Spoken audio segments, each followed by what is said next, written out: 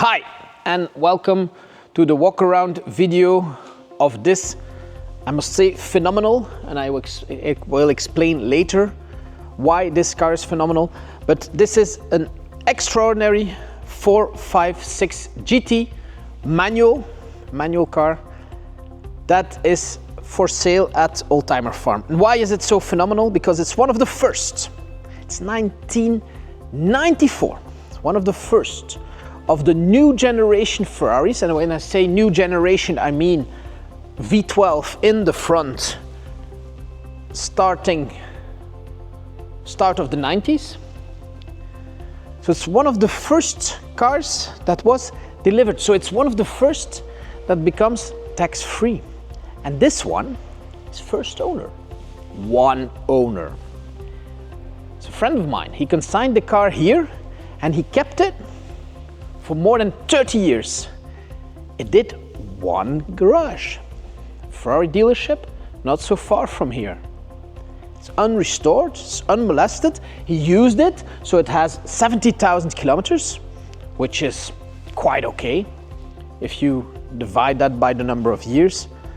But obviously, my friend has a few cars to use. And this car has your typical wear and tear of a 30-year-old car. So you have your damaged wheels and a little bit of scratches and a little bit of old tires, etc. But that's not really important, because here we have something that is authentic, unmolested, and you can drive this in Belgium for 100 euros tax. 100 euros insurance as well. So here you have it, 436 horsepower for that kind of money. So yes, indeed, this car already went up in value. But is this the end of it? I don't think so. Let me explain why. A timeless Pininfarina design, all new, very nice finishes. And the problem was, at the time, Ferrari was struggling with the legacy of the 512 and the Testarossa, and they didn't really know what they want, so it took them years to come up with this.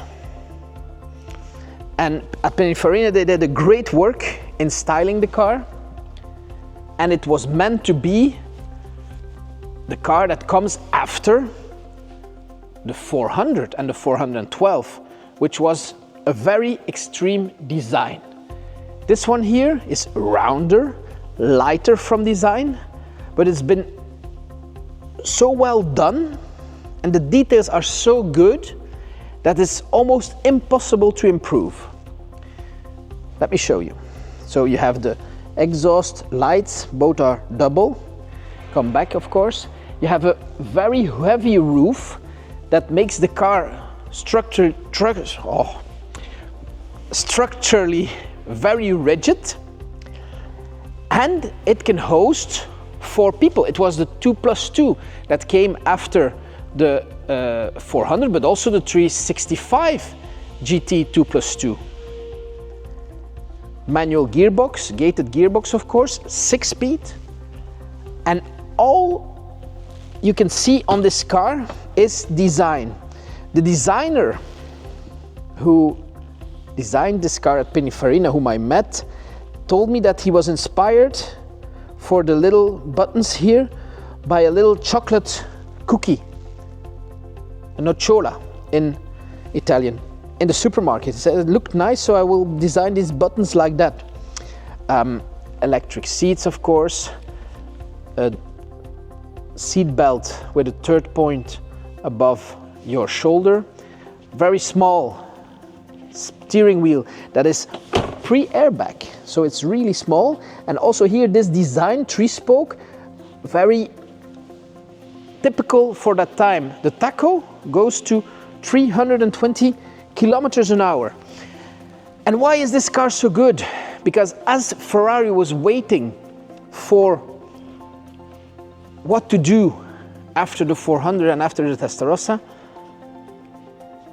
they made something exceptional But by the time they came up with the V12 in front, BMW had launched the 850.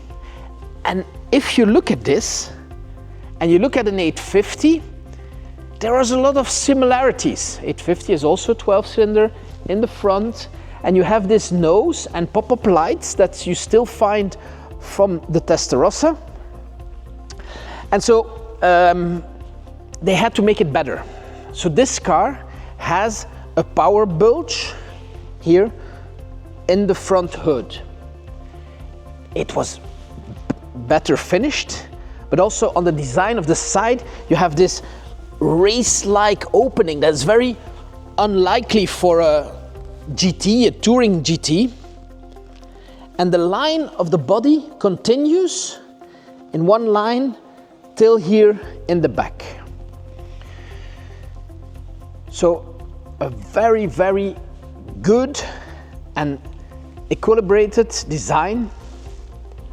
And even today, if I would present this car today to the market of new cars, would still look good. And with that engine and that gearbox, it would still be fast, and it is. So here you go. This is a 456 that you want to have with maintenance books, with maintenance bills, first paint, first owner. If you want it, come and find us. We are in Aalter at Oldtimerfarm. You can contact me through email, through telephone, WhatsApp, whatever you want. Thank you very much indeed.